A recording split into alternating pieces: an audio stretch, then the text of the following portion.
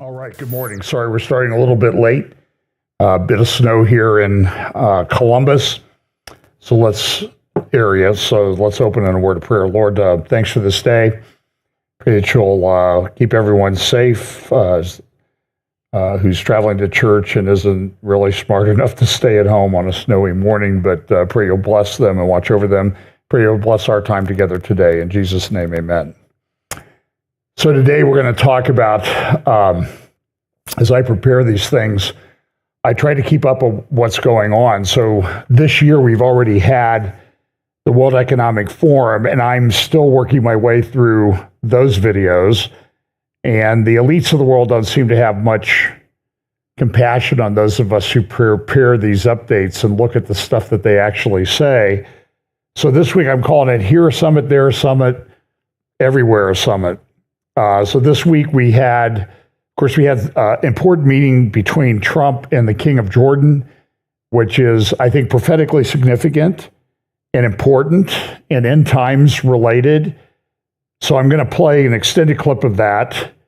Then we have the World Government. I have a couple clips from that. Then we also have the AI Summit in Paris.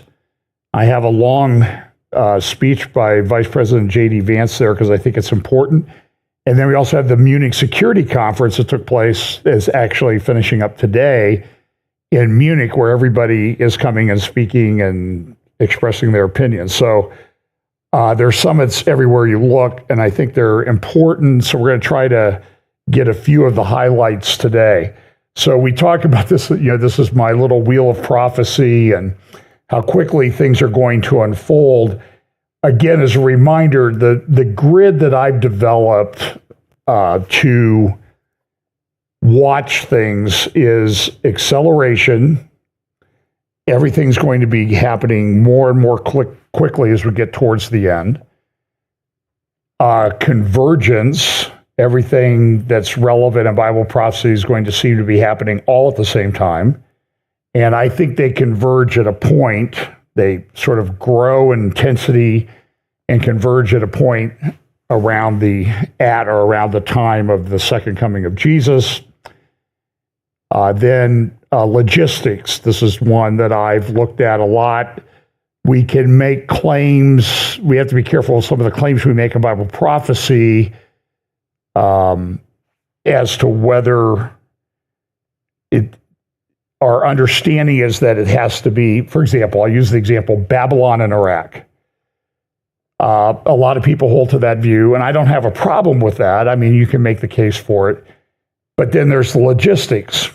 There's really not much of anything being built there. There's a couple bursts at a port, and they're talking about building things and putting a couple billion into things, but that's, a couple $1 billion is nothing in today's dollars.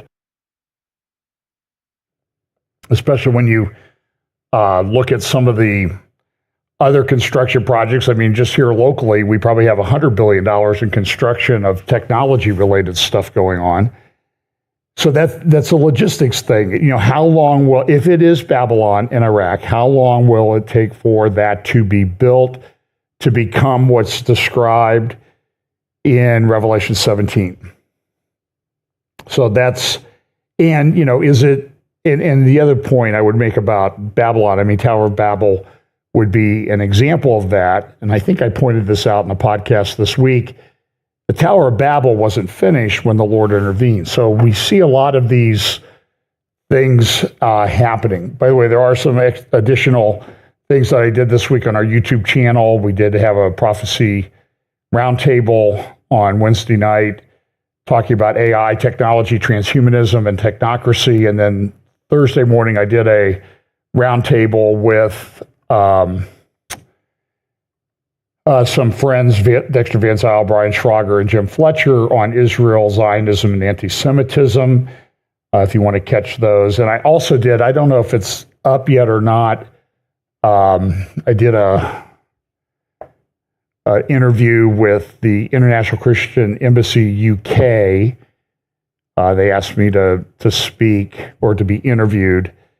And I think that's on their YouTube channel And if I am there, my part starts about 20 minutes in. They had some other things they had to deal with in the first part of that. So anyway, so let's look at what's going on. So there was this big summit this week at the White House. King Abdullah II of Jordan, he's a successor to the throne, the Hashemite throne of Jordan, came to the White House with his son, the Crown Prince. And you see, this is the front page of the Al Ghad newspaper from Jordan. And they had a number of things. So this is just a summary of what's the headline and the bullet points there. His Majesty meets with the U.S. President in the presence of the Crown Prince and stresses that achieving stability and peace in the region is a collective responsibility. By the way, the King of Jordan looked to me to be stumbling a little bit. I don't know if he was shocked or put off by what President Trump was saying, and he was trying to respond in a very diplomatic way. Now, he was raised in British military schools, so he has kind of a dignified air about him. I don't really care for him personally and some of a lot of the positions that he's taken. His wife is a Palestinian, and there's been some intrigue in the Hashemite house about who's going to be the Crown Prince, and eventually they've decided on this son, his eldest son, to be the Crown Prince. There were some other children of King Hussein, who passed away a number of years ago, that they might be the crown. They were the Crown Prince for a while, and then he changed everything around. And so despite the fact that he looked a little bit put off, shocked, not really sure what to say, in some of the Arab press, he's just been savaged. He didn't know what he was doing. He let Trump run over him. And then when you read the Jordan paper, it was like, man, he did such a wonderful job. Everything was just fantastic. And so here's just a summary of what he said. The response to the king to Trump, our position is firm against the displacement of Palestinians in Gaza and the West. You'll hear a little bit about the discussion there in just a moment. The response to Trump's plan will be a unified Arab one. Everyone's priority is to rebuild Gaza without displacing its people.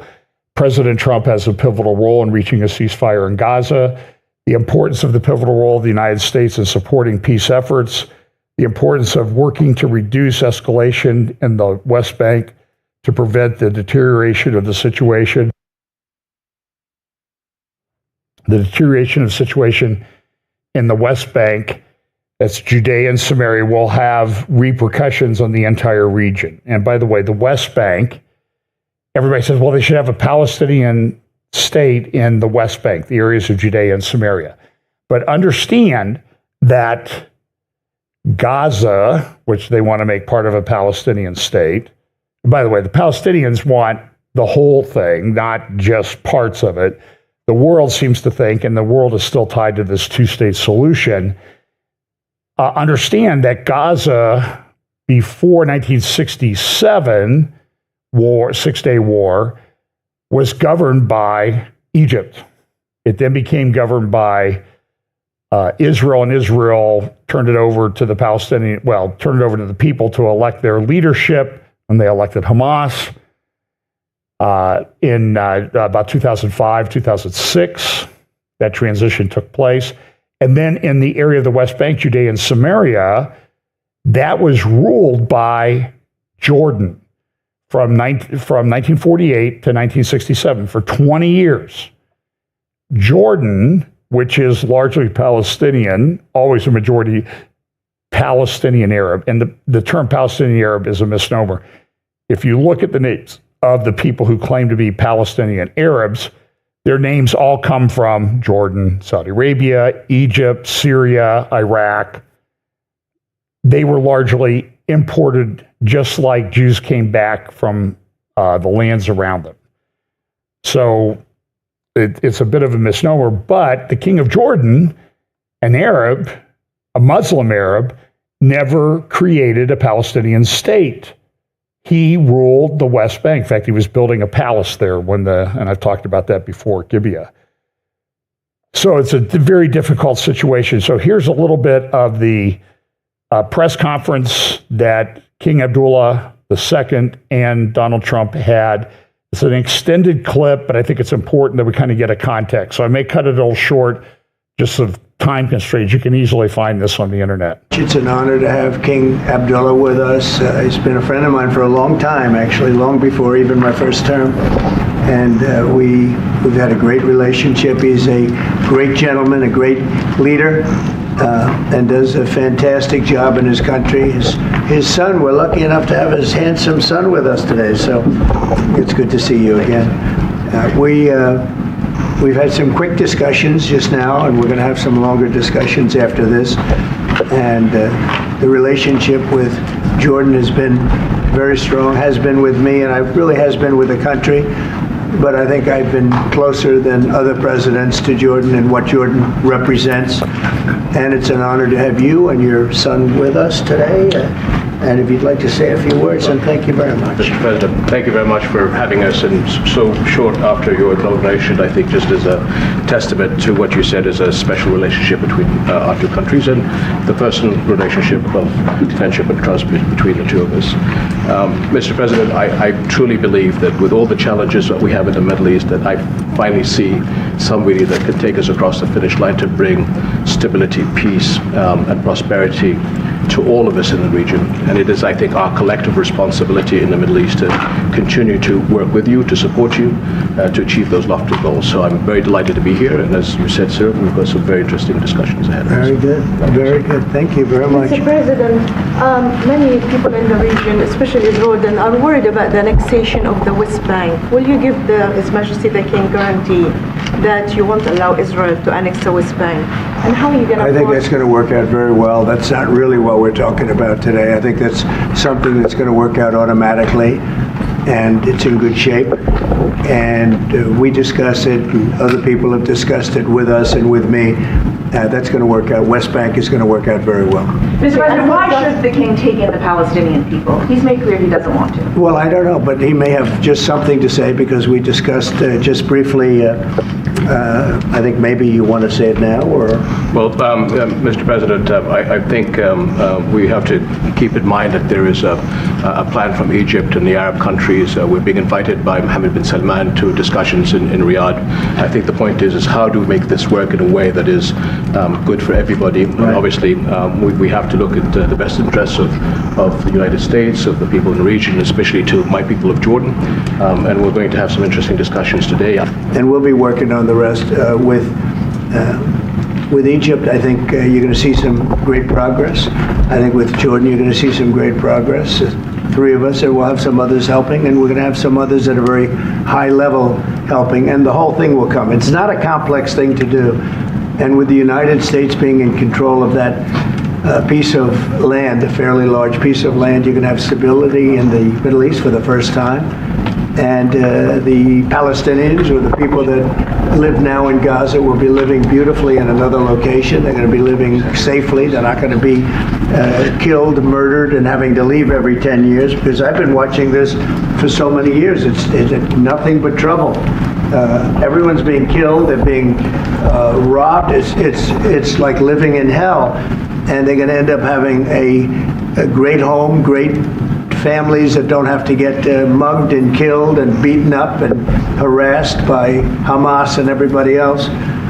And I know we'll be able to work something. And what you just said about the 2,000 is fantastic. It's so beautiful. It's music to my ears. But we're going to be able to work something, and I know we'll be able to work something also with I believe, not 100%, but 99%. We're going to work out something with Egypt. But Mr. President, during your election campaign, how is the U.S. going to own Gaza? Your White House has been clear. Taxpayer dollars won't be used for this. So what money are you going to use to buy Gaza? We're not going to buy anything. We're going to have it, and we're going to keep it, and we're going to make sure that there's going to be peace, and there's not going to be any problem, and nobody's going to question it. And we're going to run it very properly, and eventually we'll have economic development at a very large scale, maybe the largest scale on that site. And we'll have lots of good things built there, including hotels and office buildings and housing and other things. And we'll make that site into what it should be. And the people from Gaza, who wouldn't be able to be there for years, because you're talking about just to get it and prepare it and to take care of all of the problems that currently it has. As you know, tunnels, and people are in those tunnels, and you have some good people and some bad people, and you may have hostages right now. You know, you have the hostages possibly there. They don't know where they are. And you know, I have a Saturday deadline, and I don't think they're going to make the deadline personally. I think they want to play tough guy, but we'll see how tough they are.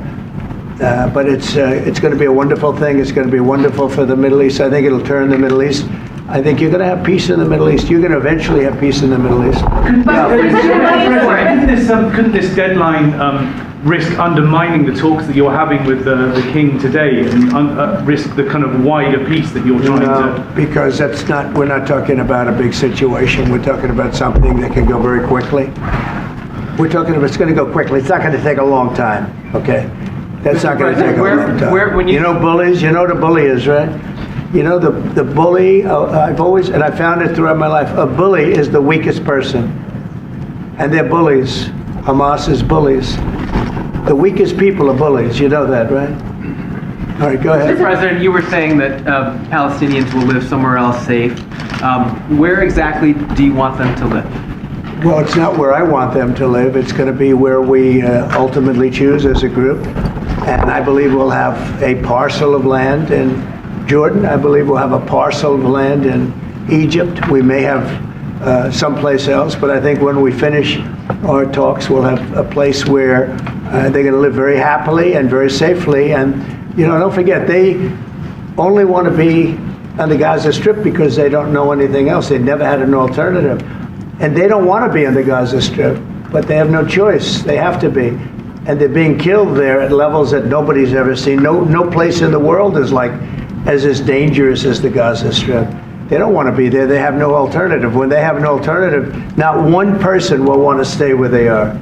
Nobody wants to stay there. They're living in hell. It's a death trap. Mr. President, how do you know that the Palestinians don't want to leave their land?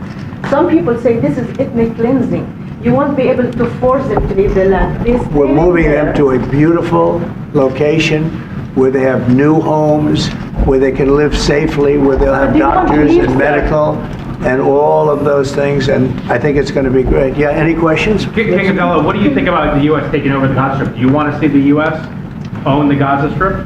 Well, I think, as I said earlier, the president is looking at Egypt coming to present their plan. As I said, we will be in Saudi Arabia to discuss how we can work with the president and with the United States. So I think let's wait until the Egyptians can come and present it to the president and not get ahead of ourselves. And is there a parcel of land in Jordan that you're willing to have Palestinians? Well, I think what we said, I have to look at the best interests of my country. I think the president is very happy that we do this thing with 2,000 children as quickly as possible. And again, I believe that the president is looking forward to getting a group of us Arabs here to discuss the overall plan. And last question, the 2,000 children, are those from the Gaza Strip? Absolutely, from the Gaza Strip. Are you willing to change your mind, Mr. That's from the President? Gaza Strip, the 2,000. Are you willing to change your mind if you hear the Egyptian and the Arab plan end of the month? If they present you something different, are you open? I think we sort of have gone down the line. We know pretty much what is going to be presented. And I think it's going to be something that's going to be magnificent for the Palestinians. They're going to be in love with it. I did very well with real estate. I can tell you about real estate. They're going to be in love with it. But Mr. President, does it concern you that moving 2 million people from there? It's a very small number of people relative to other things that have taken place over the decades and centuries. It's a very small number of people. And they're living a terrible life. Look at the way they're living now. Nobody's living like that in the entire world. They're living under buildings that are mostly fallen down and will continue to fall down.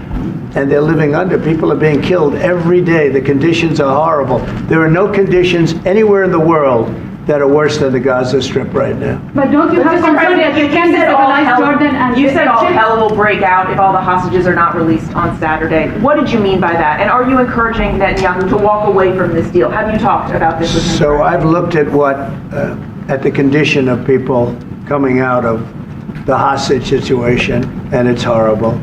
I looked at the before and after yesterday.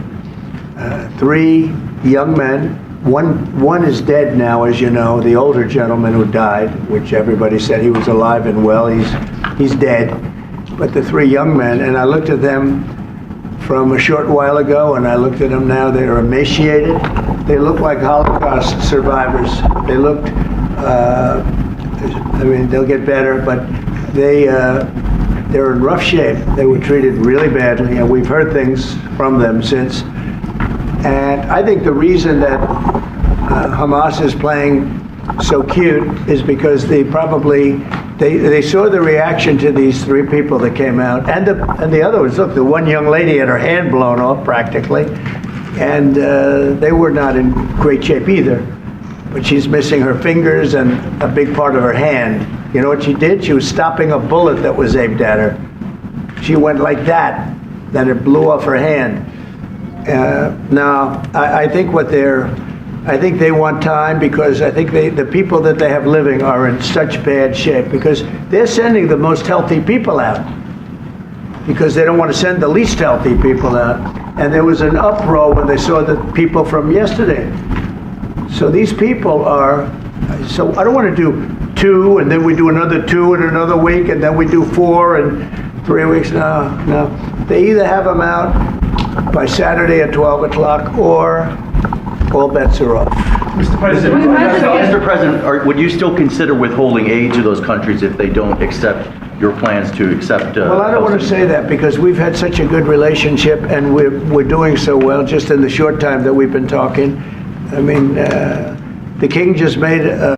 Well, anyway, I recommend that you go get that. And I made a couple of important points, and it's always interesting to watch the Arab press, the pro-Palestinian, pro-Hamas, Qatar-funded press asking questions about, the refugees, and President Trump was right. There's been worse refugee situations in Arab countries in very recent history that none of them ever ask a single question about.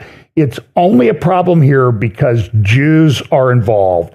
Israel defended itself. It was invaded, and it went in to eradicate an enemy that had embedded itself deeper than anybody has ever had to deal with in history. Hardened underground bunkers and tunnels. And the way you get that is you blow everything up on the top. It's a very simple equation. If you don't want to do that, you don't want to have that happen to you, don't do that. But this has happened forever.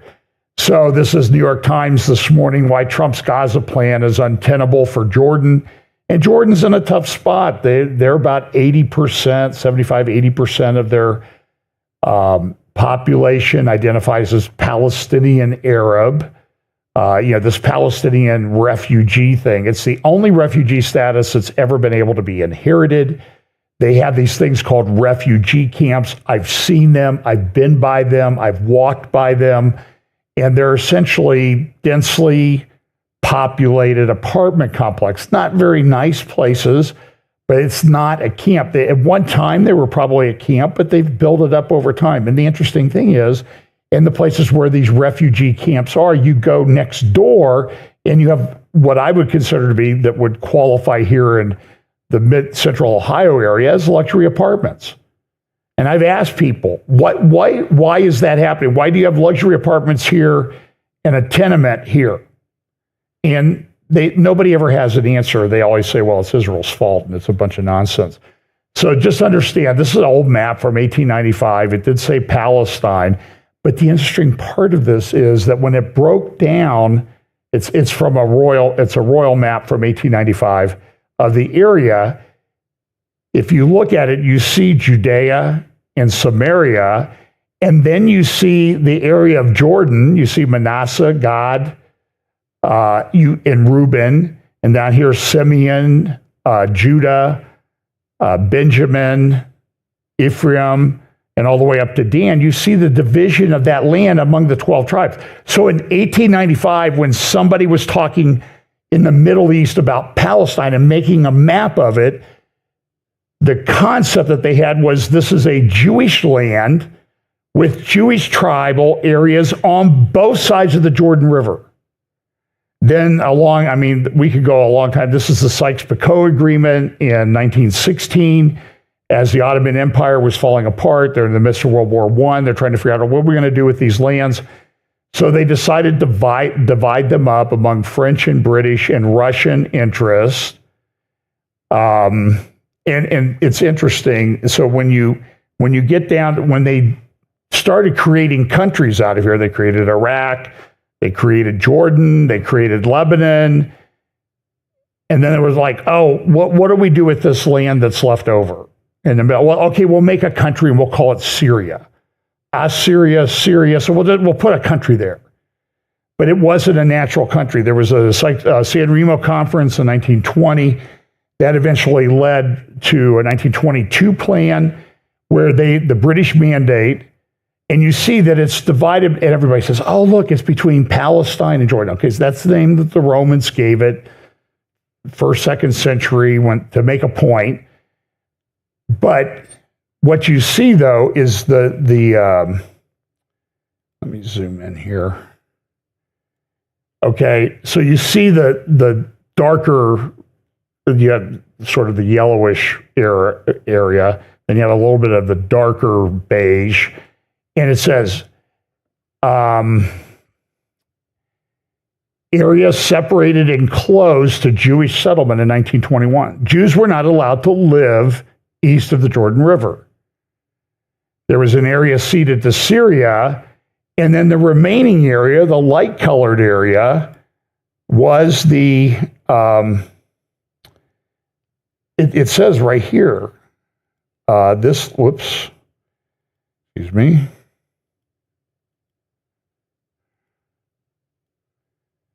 See that light-colored area remaining for Jewish national home. This is what the world international community agreed upon over 100 years ago, and it's never really achieved. No other plan has achieved that consensus.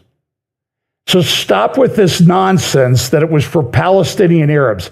That's a big fat lie.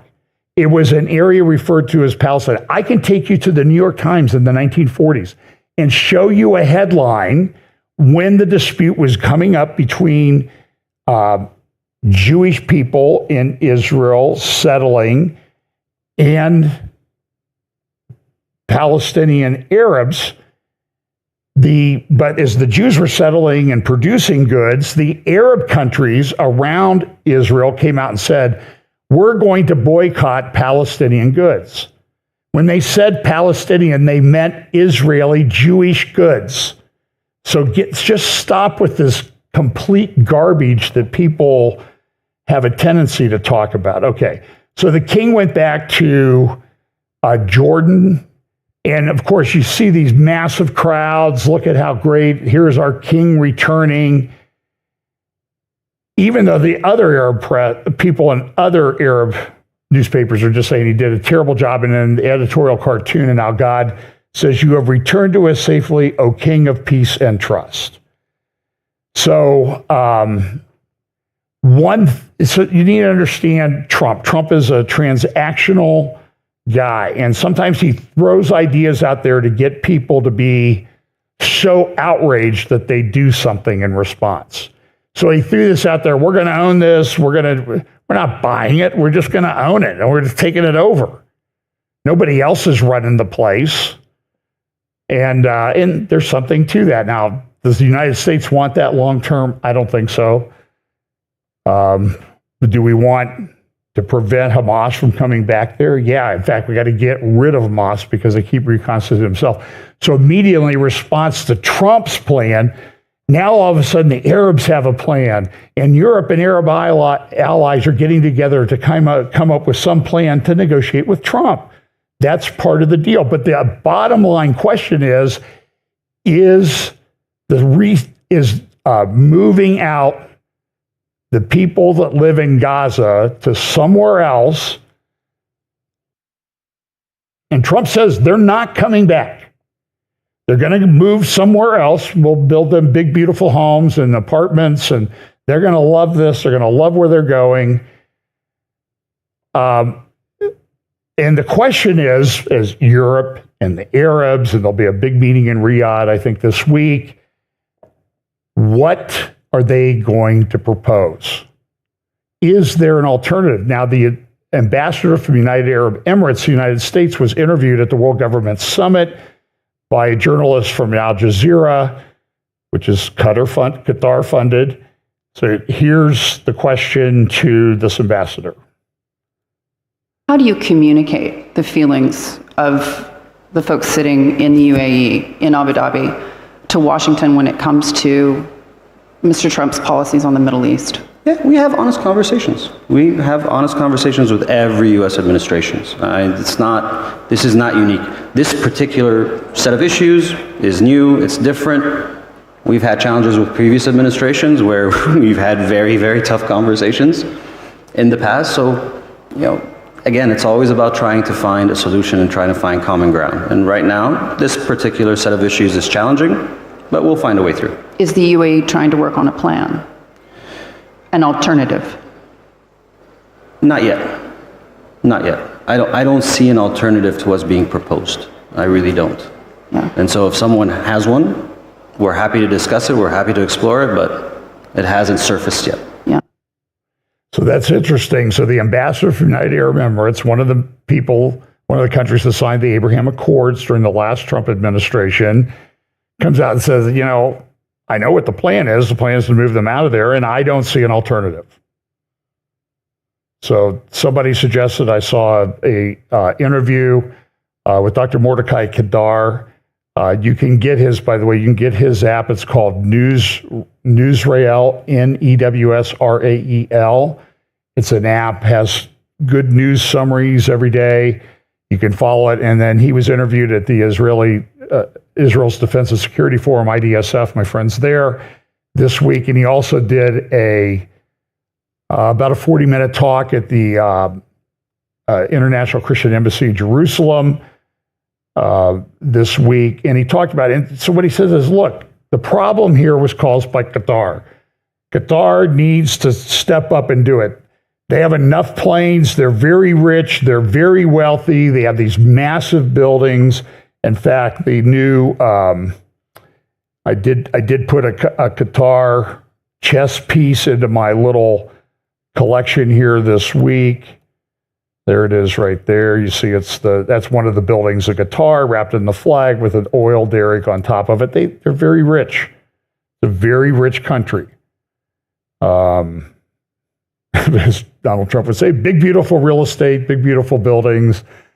And so Qatar has a lot. They have an airline. They have planes. And so Dr. Mordecai Kedar said they're big airplanes, and they could move all 2 million that are there in Gaza to Qatar in 11 days.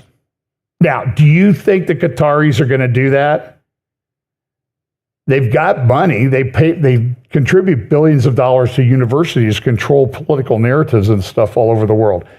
So there's really right now, nobody's come up with an alternative plan. They're just going to retread the two-state solution, and everybody's getting a little bit tired of that. Now, will something like that work out in this prophetic timeline that we talk about? Yeah, I think something like that might come. So yesterday, this deadline that President Trump had talked about has come and gone. I haven't seen any ramping up. But, again, that's a logistics issue. Do they have things in place? My understanding is that not the giant Moab bunker buster bombs, but the bunker busters that the Biden administration was slow walking have started to arrive in Israel over the last 24 hours. And I think that's significant. And we'll talk, it might come up if I have time here later. But so yesterday, here they are, they're releasing the hostages. Now, the interesting thing about these hostages is there's a American, a Russian, and another country. And you can see that compared to the guys released last week who look like Holocaust death camp survivors, starved to death, these guys look pretty good. And the reason is they held passports in addition to an Israeli passport. They had an American passport, a Russian passport. And Hamas is evil, but they're not stupid. So they're not going to treat them badly. So These guys here, you see their reunions with their families. It's interesting, the guy on the left, I'm going to play a clip of him meeting his family in just a moment. When he was there, he was, I think he was in the IDF, and he went down to Gaza. He got kidnapped, but his wife was down in that area. Until when he was on that stage, he did not know if his wife had survived.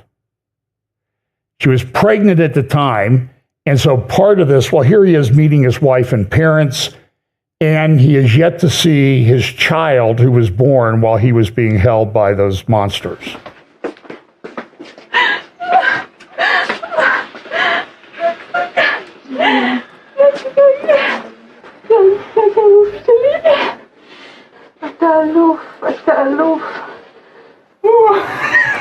It's his mother.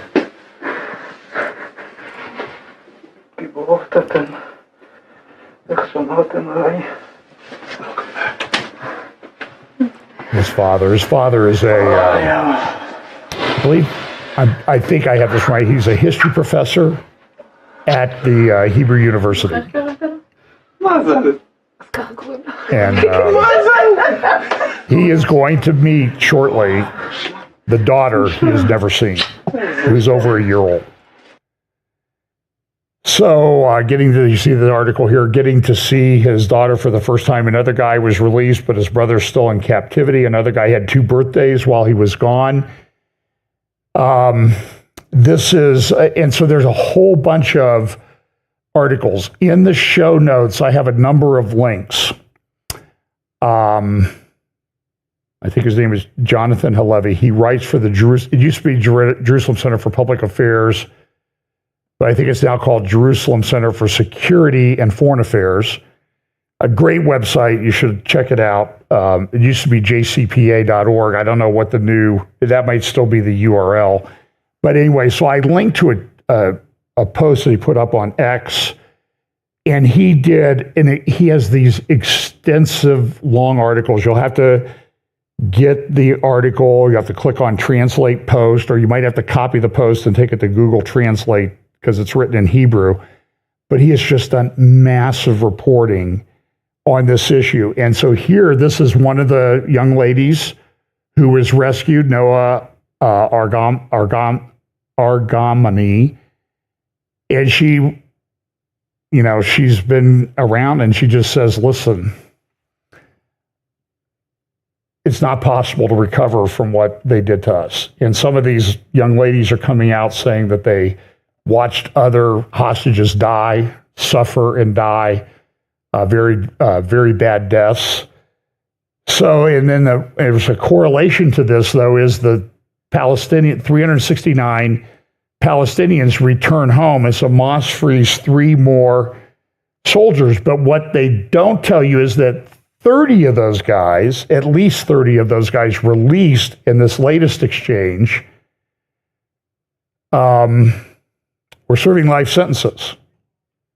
They were never leaving prison. Now they're out. They were taken to Ramallah. Some were taken to Gaza. Some of them had been arrested in Gaza. They were taken back to Gaza. But the others were put into Ramallah, which is in the sort of the border region between what was Judea and Samaria, back at the time of the 2 kingdoms in Israel. So other things going on. This is Seth Frantzman writing the Jerusalem Post on Friday. Oh, no, it's not. It's Yonah Jeremy Bob. I'm sorry.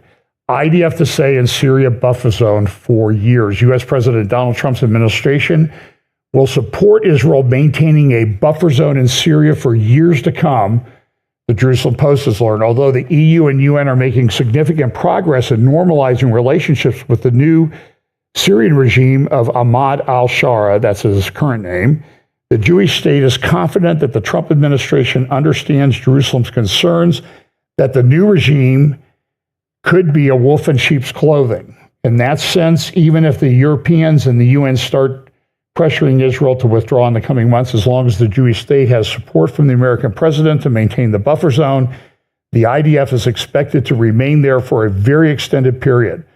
With Shara not even committing to elections before a period of 4 years, Israel believes it will be able to viably argue that the true colors of the regime will not be clear not be clear even by the end of 2025. Significantly, it understands that Trump does not want to spend U.S. time and energy on Syria and would like to withdraw the remaining American forces there, but this would not impact the continued support for an Israeli buffer zone. And people are putting pressure on Israel. This is what the area of the Golan Heights, the blue area, looked like. Israel's had that for years. Trump said Israel should have that when he was president in his first administration. And you see how that Syrian regime controlled that area, but then the rebels moved in. That was the borderline and no man's land. A lot of you have seen that when you travel there. So Israel moved in. They took over the Syrian and Lebanese parts of Mount Hermon, which is a very strategic high mountain there, just a little bit under 10,000 feet above sea level. This is from Al Gad newspaper the other day, saying the occupation begins implementing the Greater Jerusalem Plan and deploys a battalion in Jenin and Tulkarm. And so what Israel has done, Israel has been doing these operations. They had a huge operation in Jenin, and that's the area of the West Bank. It's the beyond the 1967 armistice line. It's a hotbed, just like Nablus down here is a terror hotbed. I've not been to Jenin. I've been through Nablus, and I'm telling you, every intersection is a martyr square. There's a big refugee camp, a big tenement apartment complex there near the ancient city of Shem. And, refugee status is something that people inherit. The article that I was just reading says IDF troops may remain in Jenin even several months after the more intense part of the current operation in the West Bank concludes. Sources said pressed that the operation appears to have slowed and that in the early days, many terrorists were killed or arrested, and now military announcements are often only about catching or killing one terrorist. Sources said this is because many of the terrorists fled from Jenin. And they're saying, listen, Israel's done this in the past. They're not leaving this time.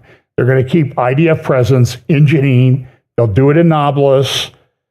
It's just going to be the way it is because Hamas, Palestinian Islamic Jihad, and other terror groups are active in the area of Judea and Samaria. This is Samaria here. So just expect that that's going to be the case. So this is an interesting graphic. This is from the Wall Street Journal the other day. Who owns Gaza? And so you see here, there's all these different people have owned Gaza. It's been something that's gone back and forth between. Jonathan Spire has a number of great articles at The Spectator. I'm just going to refer to one of them. There's a link to it in the show notes, although it may be behind a paywall. You might be able to get it, actually, if you go to Middle East Forum, meforum.org. That was an organization started by Daniel Pipes and his family. And in fact, I think Friday, Daniel Pipes transitioned out of being the executive director of the Middle East Forum, but he's still involved. So this is Jonathan Spire. Read a little bit from the article. Go to meforum.org. Look up Jonathan Spire. I think I have I'll try to change the link in the show notes. U.S. President Donald Trump has expressed support for abandoning the phasing of the deal and demanded that all hostages be released by Saturday at noon, not just those scheduled for the weekend. Prime Minister Benjamin Netanyahu, meanwhile, has also said that the ceasefire will end if the hostages are not released, but has not echoed Trump's call for every hostage to be immediately freed. If Hamas does not return our hostages by Saturday noon, he said, the ceasefire will end and the IDF will return to intense fighting until Hamas is completely defeated. And this is a big political football in Israel. If people are upset that Hamas was allowed to grow into this. And I think the situation was people in the government and the IDF said, well, we can manage the problem. We managed the problem in Lebanon. We managed this. And eventually it gets to be a problem that you can't manage, and you end up with an invasion like happened from Gaza into southern Israel on October 7th, 2023. Regardless of these specifics, Jonathan Spire says, the fact is that as currently constituted, The agreement leads to an outcome which is and which should be entirely unacceptable to Israel, namely the survival of the Hamas regime in Gaza. In the second phase of the agreement, the IDF will fully withdraw from Gaza and there will be a long-term cessation of fire. Jonathan argues, and he's very smart, he's one of the best, if not the best, military security correspondent in the Middle East, very smart guy. I mean, probably one of the, certainly in the top 3 most articulate people I've ever talked to in my life. And he just says that is not acceptable to Israel. We've got to end the ceasefire. We got to go in and we got to eradicate every last one of these Hamas people. And if somebody joins, we eradicate them. And we have to do this over and over again. He concludes the article with this: the 2023 Gaza war began with the worst single massacre of Jews since the Holocaust.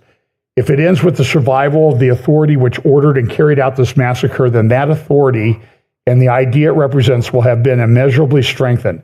Israel's continued viability depends on the maintenance of deterrence in hostile surroundings.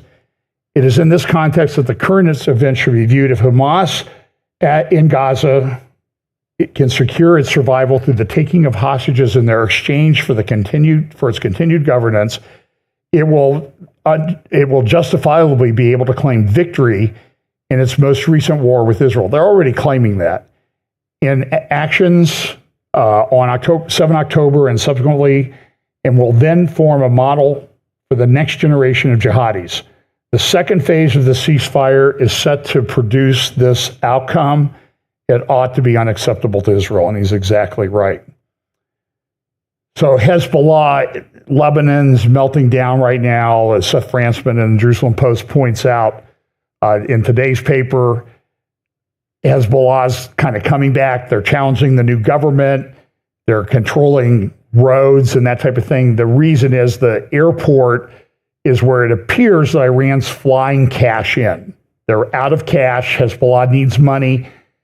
And the government is not letting the planes come in. And so Hezbollah is trying to get to the airport to control it. And it's just been major problems. So in the Munich Security Conference I'm going to go to now, J.D. Vance spoke. He told Europe to clean up its own mess.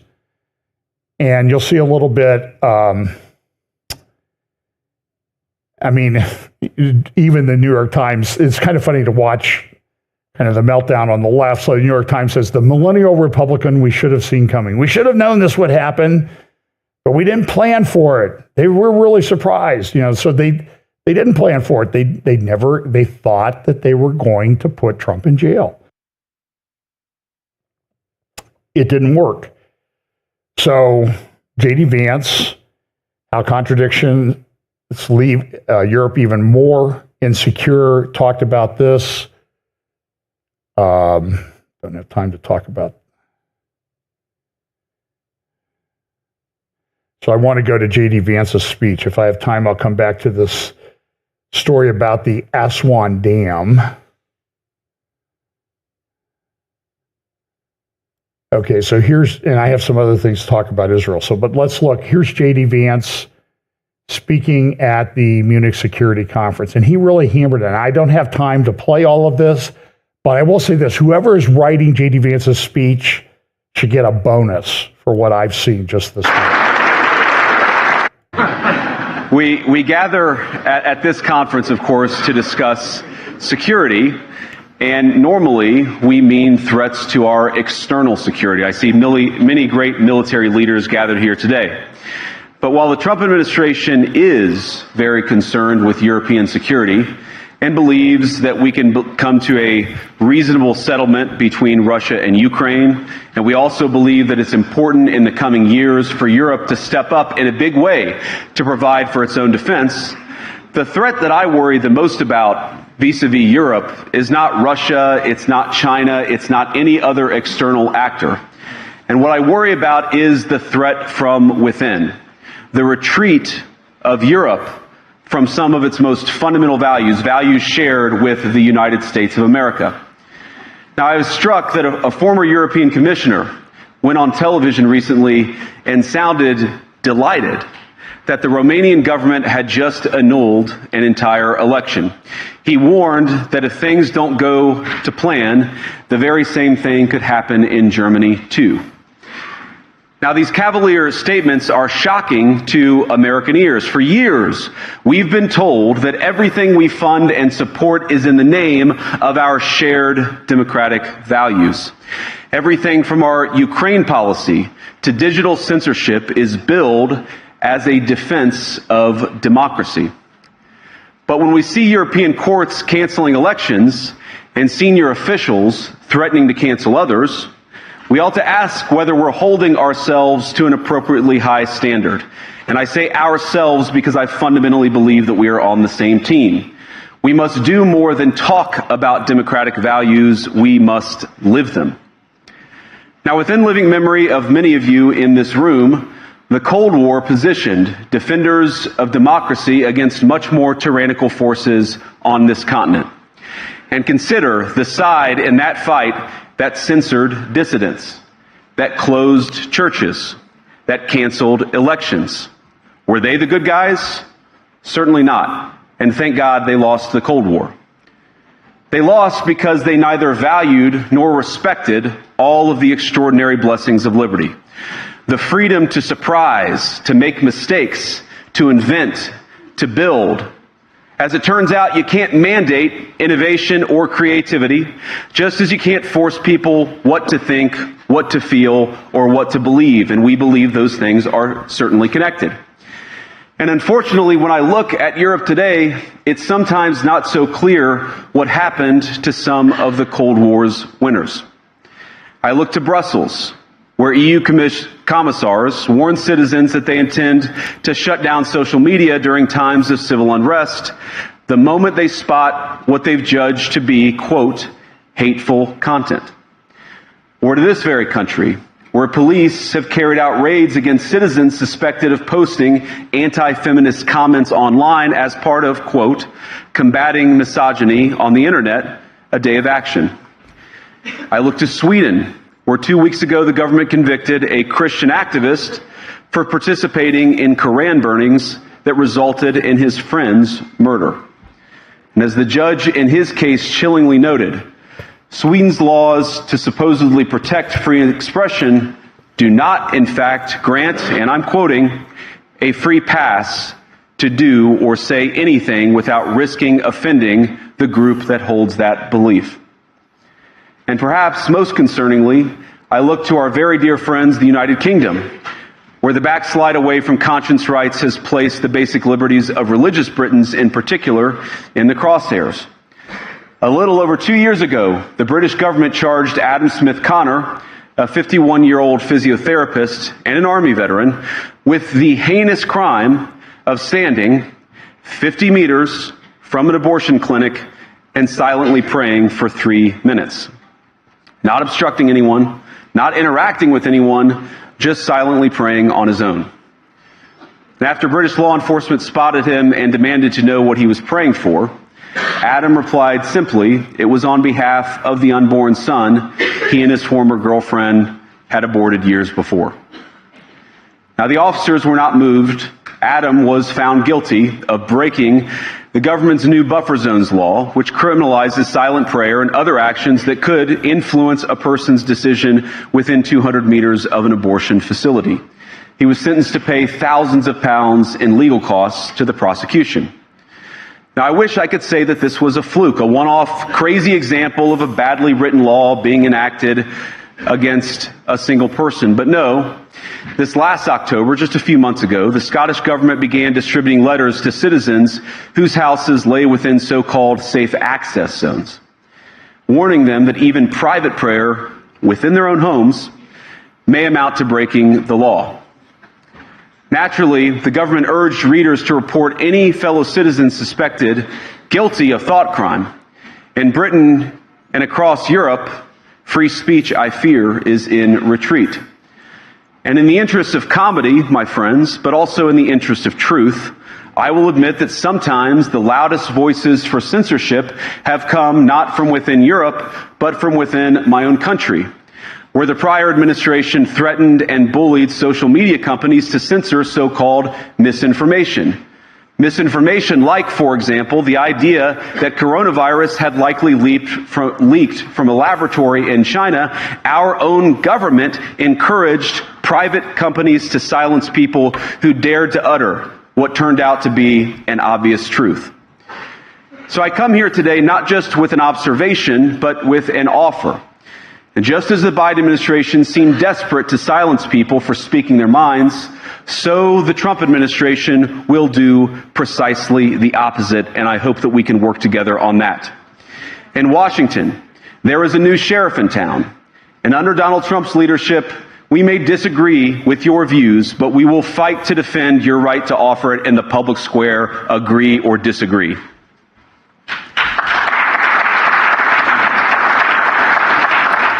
Don't think some of them. Now we're at the point, of course, that the situation has gotten so bad that this December, Romania straight up canceled the results of a presidential election based on the flimsy suspicions of an intelligence agency and enormous pressure from its continental neighbors. Now, as I understand it, the argument was that Russian disinformation had infected the Romanian elections.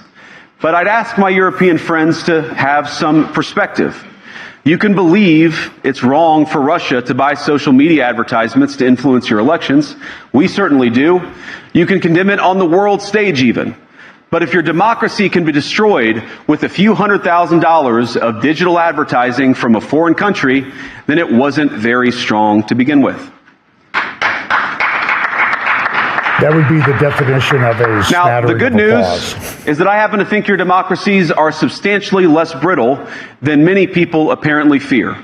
And I really do believe that allowing our citizens to speak their mind will make them stronger still. Which, of course, brings us back to Munich, where the organizers of this very conference have banned lawmakers representing populist parties on both the left and the right from participating in these conversations. Now, again, we don't have to agree with everything or anything that people say. But when when political leaders represent an important constituency, it is incumbent upon us to at least participate in dialogue with them. Now, to many of us on the other side of the Atlantic, it looks more and more like old entrenched interests hiding behind ugly Soviet-era words like misinformation and disinformation, who simply don't like the idea that somebody with an alternative viewpoint might express a different opinion or, God forbid, vote a different way or, even worse, win an election. Now, this is a security conference, and I'm sure you all came here prepared to talk about how exactly you intend to increase defense spending over the next few years in line with some new target. And that's great, because as President Trump has made abundantly clear, he believes that our European friends must play a bigger role in the future of this continent. We don't think, you hear this term, burden sharing, but we think it's an important part of being in a shared alliance together that the Europeans step up while America focuses on areas of the world that are in great danger. But let me also ask you, how will you even begin to think through the kinds of budgeting questions if we don't know what it is that we are defending in the first place? I've heard a lot already in my conversations, and I've had many, many great conversations with many people gathered here in this room. I've heard a lot about what you need to defend yourselves from, and of course that's important. But what has seemed a little bit less clear to me, and certainly I think to many of the citizens of Europe, is what exactly it is that you're defending yourselves for. What is the positive vision that animates this shared security compact that we all believe is so important? And I believe deeply that there is no security if you are afraid of the voices, the opinions, and the conscience that guide your very own people. Europe faces many challenges, but the crisis this continent faces right now, the crisis I believe we all face together, is one of our own making. If you're running in fear of your own voters, there is nothing America can do for you. Nor, for that matter, is there anything that you can do for the American people who elected me and elected President Trump. You need democratic mandates to accomplish anything of value in the coming years. Have we learned nothing that thin mandates produce unstable results? But there is so much of value that can be accomplished with the kind of democratic mandate that I think will come from being more responsive to the voices of your citizens. If you're going to enjoy competitive economies, if you're going to enjoy affordable energy and secure supply chains, then you need mandates to govern. Well, that was not well received. I see some hands waving back there. German leader rebuked Vance over his saying, well, you know, the AfD party, you can't support them, they're evil, it's Russian, blah, blah, blah. And this morning, somebody just sent me a Bloomberg had put up a post on X. Europe's top diplomats have described diplomats. It should be Diplowits, I think, or Diplo halfwits, have described President Trump's willingness to pull support for Ukraine and Europe as existential for the whole continent. So they're having a meltdown. I mean, so there are meltdowns, I could have called this meltdowns all over the place, global meltdowns. In the era of alleged global warming, we're having global meltdowns. And so here's Zelensky speaking at the Munich Security Conference. I could play you clips from Macron, I think Macron spoke, Ursula von der Leyen from the European Union. And they're like, oh, you know, well, we're going to spend more money, you know, but boy, this is really terrible what J.D. Vance has come here to say. And I would just say, I think, go home from the Munich Security Conference, count your blessings that Trump didn't come, because he might have been even more direct. That was a phenomenal speech. Look it up. It's 19 minutes long. Go watch it. Watch it twice. It was incredibly well delivered. So Zelensky came out and he said, we got to create a united army in Europe against Russia. Here we go. Not us. Then who will stop them? Really? Let's be honest, now we can't rule out the possibility that America might say no to Europe on issues that threaten it. Many leaders have talked about Europe that needs its own military, an army of Europe.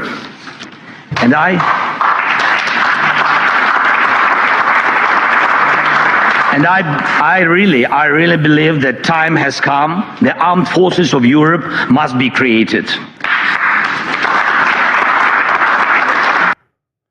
So that was interesting. And so this is Financial Times. EU eases fiscal rules for defense spending. They're talking about it. Europe's security industry searches for scale as Trump demands spending. They're trying to figure out what to do. Germany is in crisis. This is from today's Times of London. Germany, once the powerhouse of Europe, has experienced a crisis of confidence. The author went to he went to Minden before this town. He went to the city before next week's elections. This AfD party. The Deutschland of delusion. It's a great disillusion. I'm sorry. Well, it could be delusion too. It's given that it's Europe, but Germany's in very, very serious consequences. They got rid of all their nuclear plants. Now they have to buy power from all over the continent. It's just insane. And so it was interesting that while the Munich Security Conference is going on, an Afghani drove a car into a crowd in Munich. I don't think anybody was killed. Some people were seriously injured. So there's a big shift coming. So believe me, what was discussed at the Munich Security Conference and related to Bible prophecy, I think was very, very important. And by the way, I will say, some people hold the view that the final beast empire rises out of Europe, is led by a revived Roman Empire in Europe. Now, I'm not necessarily persuaded that that's the case. I don't totally dismiss it, but I will tell you that the people that hold that are very, very excited today they see Europe, maybe Europe stepping up. But again, it's a logistics problem. Europe is in pretty bad shape. And I think Zelensky was right. If we had to rely on Europe to defend us, we can't. We got to build a European army. We don't have a European army. Even all the armies of Europe combined really wouldn't be that helpful in the situation that they're at in Ukraine. So here's, I could go for a very, very long time about this, but I will say this. There's a new sheriff in town. I linked to an article last week from Substack. You should go to that person's Substack. Understand, I don't think he's got what I would call a Christian worldview, but he's a very good writer, and he seems to be accurately describing what's going on in D.C. with these young guys. And I saw an interview someplace with someone, and the Democrats are coming out, and they're complaining about what's going on. I think a commentator on CNN the other day, when they were showing this protest was taking place at the USAID conference, he said, it looks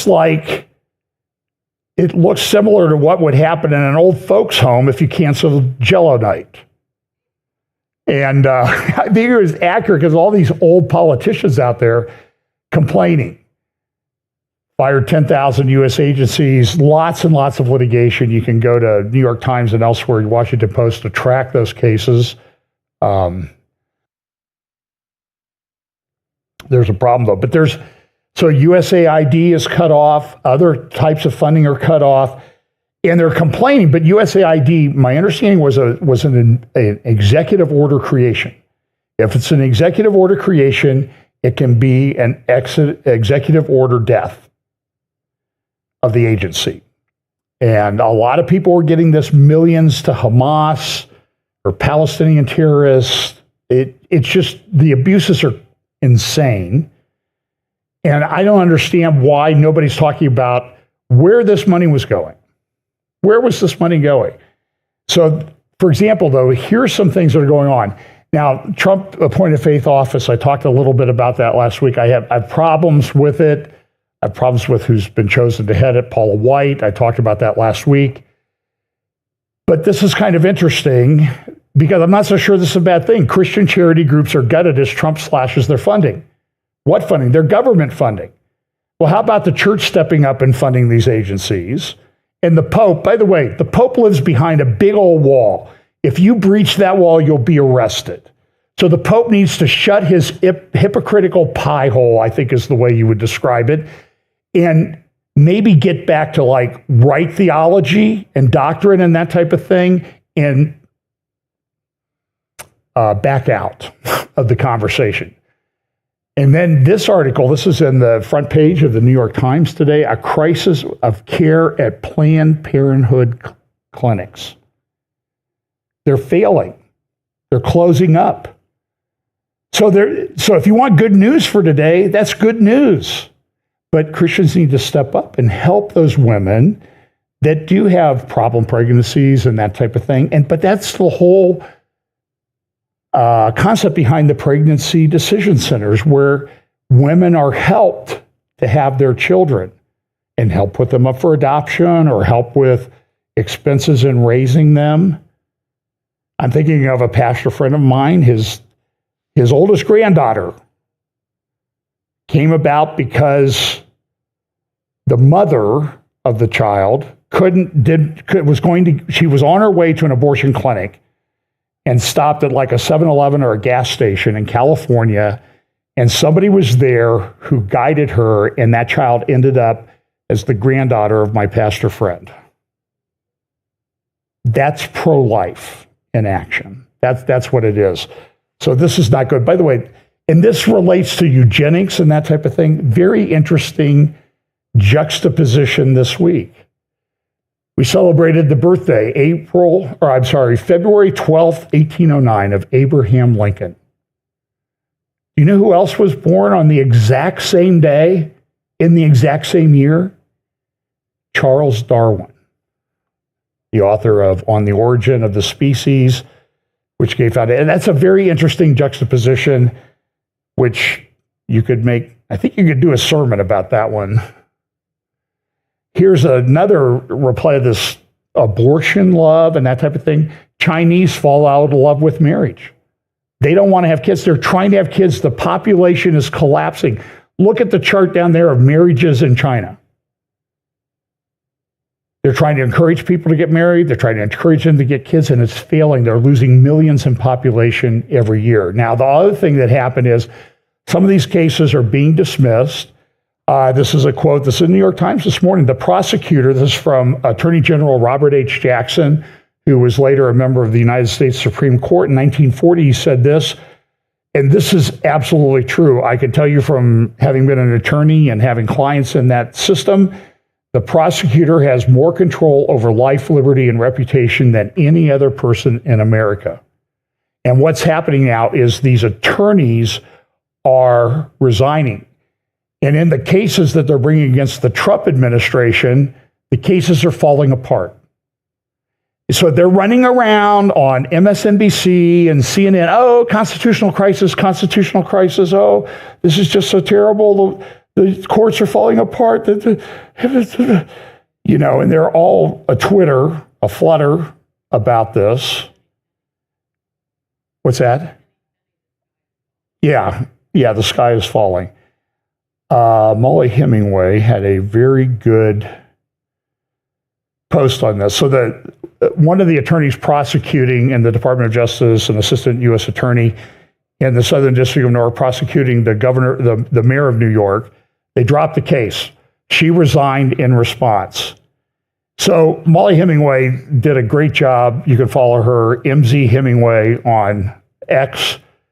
But she said this, look, from sources, resigning is one thing, but the performative virtue signaling in a disingenuous letter, this is what the resignation letter that the assistant U.S. attorney wrote, that falsely claims there were no reasons to dismiss is another. Her political posture comes out by ignoring how Adams' probe accelerated after he publicly criticized Biden, was led by former U.S. attorney gunning for political appointment in Harris administration and timing of indictment having serious electoral implications. Contrary to some claims, it is not conservative to prioritize bureaucrats' personal policy preferences ahead of the preferences of elected officials. And so Trump has said, listen, what was done against me was corrupt. And by the way, you can be my friend and disagree with this. I love it when my friends are wrong, but they're still my friends. They don't know. So that now Trump did say this, no laws are being broken. He did a quote attributed to Napoleon. So I got a couple other things. Goodness gracious. We're going to go a little bit over because we got late start because of the bad weather. Pastor Charles said I could, but he didn't tell me when I had to stop, which is great, because now I have plausible deniability. And and the reason I'm doing it early is we have a church business meeting today, so we usually do that so we can have enough people here, and then it's snowing like crazy. So a lot of things going on the left. So boy, where do I go? Trump and Putin are talking. So there was earlier in the week, on his way to the Munich security conference, Vice President Vance stopped in Paris to go to the AI summit. You see the head of Google there. You see Justin Trudeau, Ursula von der Leyen, Jamie Dimon, J.D. Vance, Guterres from the UN. Everybody is there at this conference. I think you'll see Macron coming in here with Modi from India.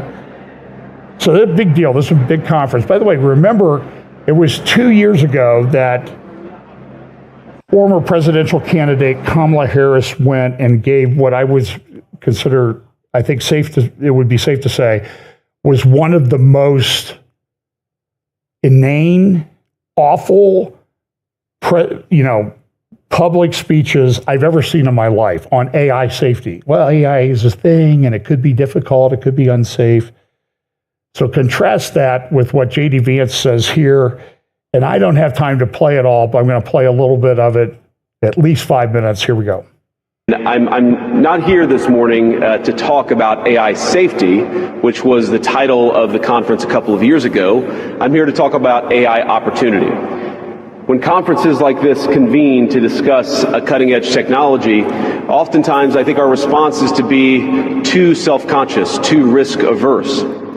But never have I encountered a breakthrough in tech that so clearly calls us to do precisely the opposite. Now, our administration, the Trump administration, believes that AI will have countless revolutionary applications in economic innovation, job creation, national security, healthcare, free expression, and beyond. And to restrict its development now will not only unfairly benefit incumbents in the space, it would mean paralyzing one of the most promising technologies we have seen in generations. Now, with that in mind, I'd like to make 4 main points today. Number 1, this administration will ensure that American AI technology continues to be the gold standard worldwide, and we are the partner of choice for others, foreign countries, and certainly businesses as they expand their own use of AI. Number 2, we believe that excessive regulation of the AI sector could kill a transformative industry just as it's taking off, and we'll make every effort to encourage pro-growth AI policies, and I like to see that deregulatory flavor making its way into a lot of the conversations this conference. Number 3, we feel very strongly that AI must remain free from ideological bias, and that American AI will not be co-opted into a tool for authoritarian censorship. And finally, number 4, the Trump administration will maintain a pro-worker growth path for AI, so it can be a potent tool for job creation in the United States. And I appreciate Prime Minister Modi's point. AI, I really believe, will facilitate and make people more productive. It is not going to replace human beings. It will never replace human beings. And I think too many of the leaders in the AI industry, when they talk about this fear of replacing workers, I think they really miss the point. AI, we believe, is going to make us more productive, more prosperous, and more free. The United States of America is the leader in AI, and our administration plans to keep it that way. The U.S. possesses all components across the full AI stack, including advanced semiconductor design, frontier algorithms, and of course, transformational applications. Now, the computing power this stack requires is integral to advancing AI technology. And to safeguard America's advantage, the Trump administration will ensure that the most powerful AI systems are built in the U.S. with American-designed and manufactured chips. Now, just because we're the leader doesn't mean we want to or need to go it alone, of course. And let me be emphatic about this point. America wants to partner with all of you. And we want to embark on the AI revolution before us with a spirit of openness and collaboration. But to create that kind of trust, we need international regulatory regimes that fosters the creation of AI technology rather than strangles it. And so this is so go watch our discussion the other night on our technology prophecy roundtable. By the way, somebody, a young Bible prophecy teacher that I've met, a very smart young guy named Travis Snow, has some interesting ideas. He has contended that what Trump needs to do is not a faith office, but a Department of Eschatology. And I would be on board with that. So, but anyway, so in response to this is just like, so Vance goes, it's like the opening round of a boxing match. He goes to Paris and boom, he lands a big one on them, talking about their overregulation of certain areas and using AI to censor people. And we saw this happen throughout the Biden administration. It was a collaboration of all these big 3-letter agencies and that type of thing to control what you saw, to control what you talked about. And it led to abuses like the people arrested for praying outside an abortion clinic. We prosecuted and put people in prison for that here in the United States. And praise the Lord, President Trump came in and day one pardoned all those people. They weren't obstructing anything. It was a put-up political job. But what has happened, and I've mentioned this a number of times, what the EU did was they put in place these very restrictive regulations about how tech companies have to take certain things down that they didn't agree with. And the reason they did that was the EU is the authoritarian left in the world. And when the tech companies saw that, the tech companies in the US where these regulations don't exist said, well, we don't want to divide it up. It's too difficult. So we'll let them do that. And I have friends in Canada. They constantly say, what are you talking about? We're not allowed to get news posts in Canada anymore. They don't know what's going on. They may not even know that there's been a proposal floated by Trump that they become the 51st state. Now, I don't know that that's going to happen, but and that just might be the opening salvo in the negotiation over tariffs. I don't know. Believe me, I don't know what's going on in that mind in the Oval Office anymore. But immediately the EU cut back AI rules to spur investment because they were too restrictive. Now, look, there's great benefit to this computer technology. It's made our lives easier, but it's also made authoritarians able to control things more through using these various tools. So it's like a war going on.